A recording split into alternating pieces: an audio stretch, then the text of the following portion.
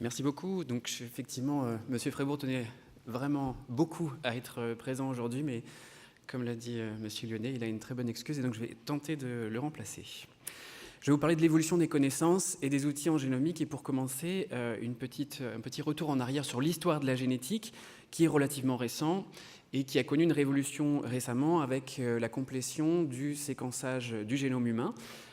En 2004, il a fallu plus de 10 ans, 13 ans, pour séquencer les premiers génomes de quelques humains, un effort international majeur, des ressources financières majeures, et ceci nous a permis d'entrer dans une nouvelle ère, l'ère de la génomique, et l'ère des analyses pangénomiques, qui était possible grâce à cette cartographie du génome, mais aussi grâce à de nouvelles technologies, dont depuis 2009, la technologie du séquençage à haut débit, ou séquençage de nouvelle génération.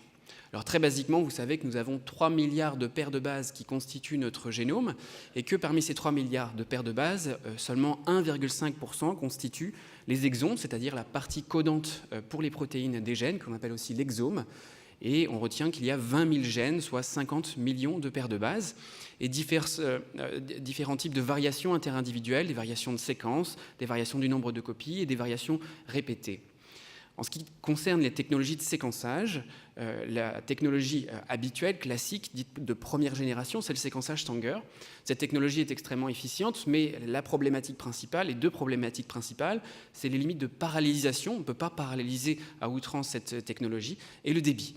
Le séquençage à haut débit ou de deuxième génération, ou séquençage massif en parallèle, ajoute deux éléments. Ces deux éléments-là, premièrement, le séquençage est fait en parallèle grâce à des amorces universelles.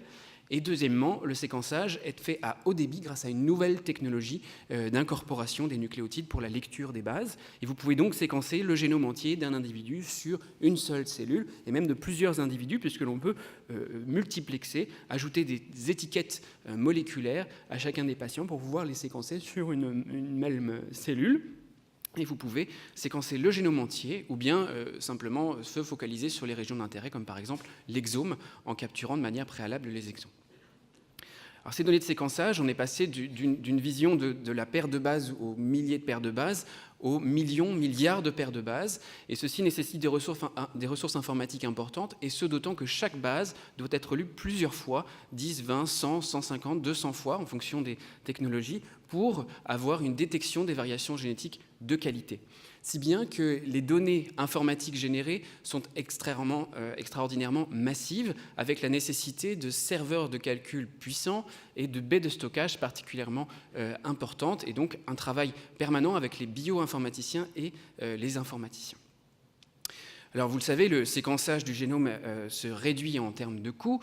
On a maintenant franchi, ou on touche la barre des $1000 pour un génome, et ceci, bien sûr, si on prend en compte uniquement le coût du séquençage de cette technologie qui, par ailleurs, est de plus en plus performante. Alors ça, c'est le séquençage de deuxième génération, mais finalement, on voit déjà ce qui vient après, le séquençage de troisième génération, ou séquençage de longues molécules. Je vous ai mis ici les deux principales technologies, la technologie de Pacific Biosciences et d'Oxford Nanopore, qui sont des technologies qui vont permettre, en séquençant des longues molécules uniques, d'avoir une meilleure détection des variations structurales et un phasage des variations génétiques. Alors si l'on revient sur l'ère de la génomique, on va placer pour le séquençage à haut débit la preuve de concept de l'utilisation de l'exome, c'est fin 2009, avec donc une preuve des concepts, la première utilisation de l'exome pour identifier la cause d'une maladie mendélienne, la première application diagnostique, puis la première application d'exome en trio, on en reparlera, et puis des dizaines de milliers d'exomes et de génomes, de cas index, de trio, de contrôle qui sont séquencés. Et les grandes informations que l'on retient, c'est premièrement l'identification de nouveaux gènes de maladies mendéliennes. On comprend les bases moléculaires de plus en plus de maladies mendéliennes. Et deuxièmement, la mise en évidence de l'incroyable diversité interindividuelle du génome. En ce qui concerne l'identification des bases moléculaires des maladies mendéliennes, il s'agit de séquencer les exomes ou les génomes de cas index, de personnes malades de différentes familles et de les comparer, que ce soit des maladies autosomiques dominantes, autosomiques récessives ou liées à l'X. Ça peut être aussi le séquençage à l'intérieur d'une même famille pour identifier directement la variation causale alors que l'on ne connaît pas le gène causal initialement, ou ça peut être dans des présentations sporadiques, c'est-à-dire sans antécédents familiaux, l'identification d'une mutation de novo. Vous avez ici l'illustration de l'identification des nouveaux gènes dans la déficience intellectuelle, qui est un exemple type de l'hétérogénéité, puisque ça regroupe de nombreuses maladies rares. Et aujourd'hui, on estime qu'il y a plus de 800 gènes qui peuvent causer une déficience intellectuelle. Ce que je vous disais également, c'est que ce séquençage à haut débit a permis d'identifier la diversité du génome. On bénéficiait au début des années 2010 de quelques bases de données qui nous donnaient accès à 1000, 2000, 3000, 4000 exomes ou génomes de contrôle, et on était déjà bien content parce qu'on avait énormément de données. Mais finalement, c'était rien par rapport aux nouvelles bases de données, EXAC et maintenant GNOMAD, avec plus de 130 000 individus, on va dire de la population générale, qu'on considère en tout cas comme des contrôles, qui sont maintenant séquencés, qui nous ont appris énormément de choses, et notamment qu'à chaque fois qu'on séquence un nouvel individu, on identifie une nouvelle variation génétique. Si je séquence mon génome ou le génome de chacun des individus dans cette salle, je vais identifier des variations génétiques qui sont absentes des bases de données. Séquencer un individu égale identifier de nouvelles variations. Et si on regarde un petit peu plus précisément quel type de variation, on a l'impression qu'effectivement ça augmente. Plus on en séquence, plus on trouve des variations. Mais pour certains types de variations qu'on appelle les transitions CBG, on arrive à une sorte de plateau, comme si finalement on avait l'impression que tout ce qui est mutable dans le génome, finalement la nature le mute. Et si je l'observe dans un exome ou un génome d'un individu, c'est que d'une certaine manière il est toléré. Et en tout cas, il permet à un embryon de devenir un fœtus, de devenir un être humain. Et finalement, la nature mute en permanence et on observe ou non les variations génétiques en fonction de leur tolérance. En particulier, en parlant de tolérance, nous avons également identifié, grâce à ces grandes bases de données, la tolérance à la perte de fonction. Nous sommes tous porteurs de dizaines, voire de centaines de variations qui introduisent des codons stop prématurés dans nos gènes, c'est-à-dire qui cassent la lecture de nos gènes, qui les rendent illisibles. Et ceci dans un grand nombre de gènes.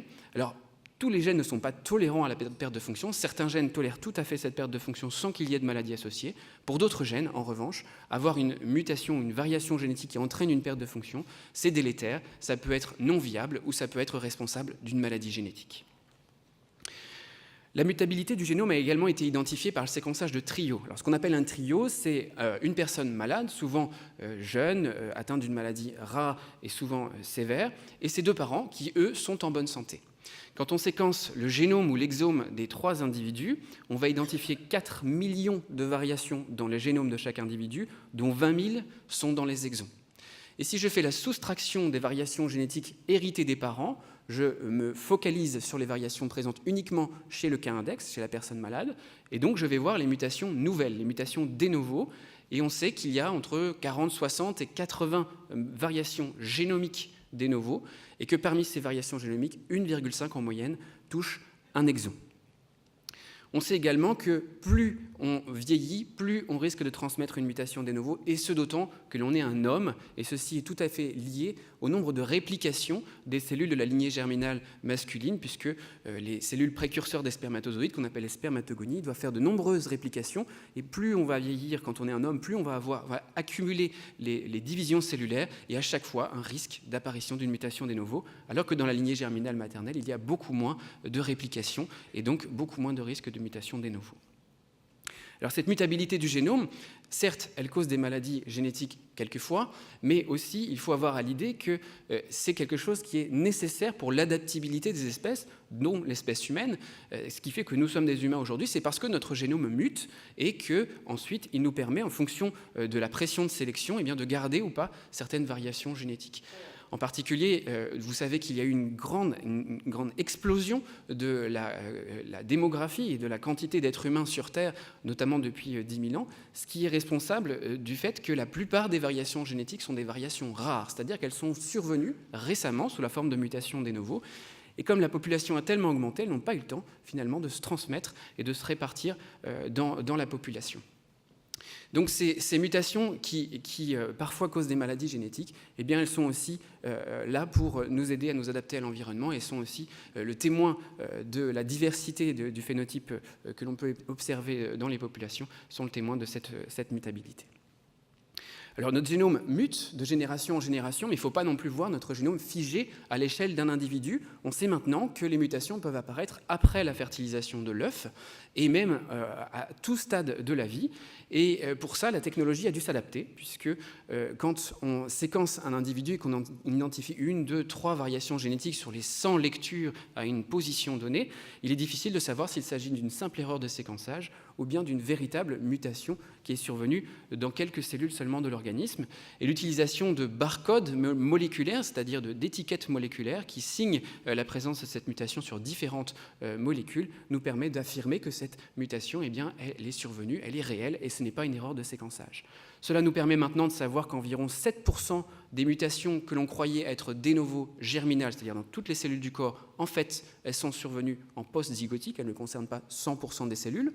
De nombreuses applications sont en cours, comme par exemple récemment l'identification de l'accumulation de drivers mutations pendant le vieillissement dans l'hématopoïèse. Vous voyez ici, avec l'âge de ces individus qui sont non malades, on accumule des mutations qui risquent d'entraîner une hématopoïèse clonale, donc des syndromes myélo- ou lymphoprolifératifs.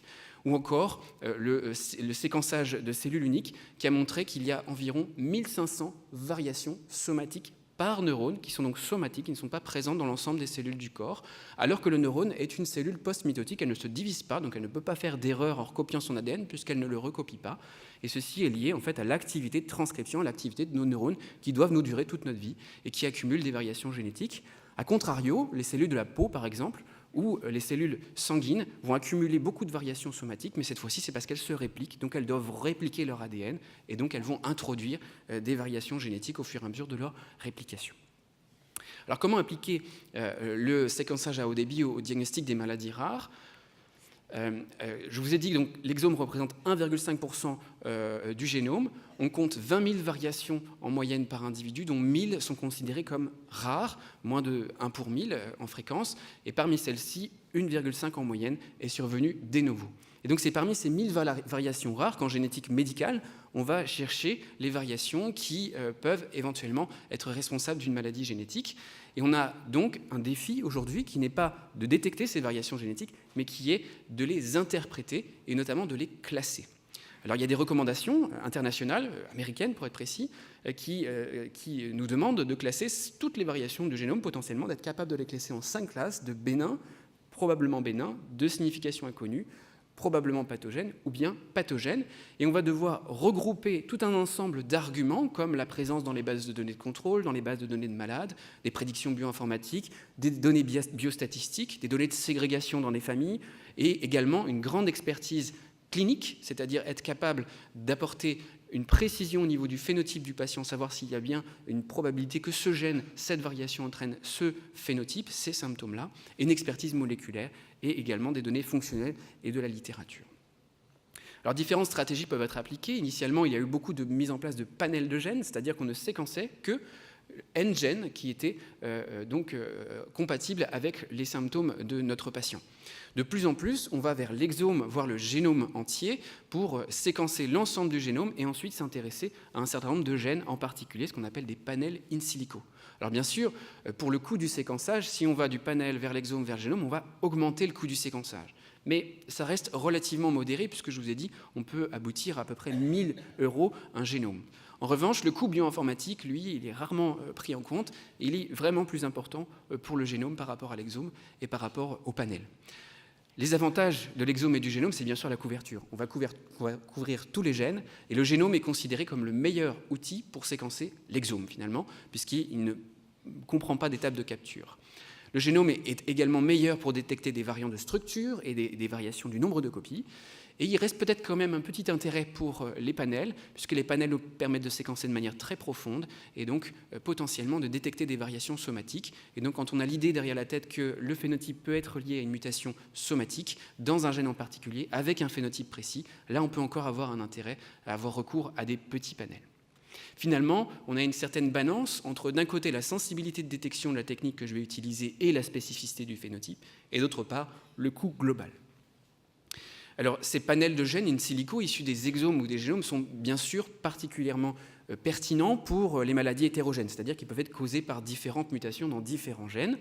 Pour les maladies qui sont difficilement reconnaissables parce que la clinique n'est pas forcément spécifique, et lorsqu'il existe de nombreux diagnostics différentiels des maladies qui ressemblent.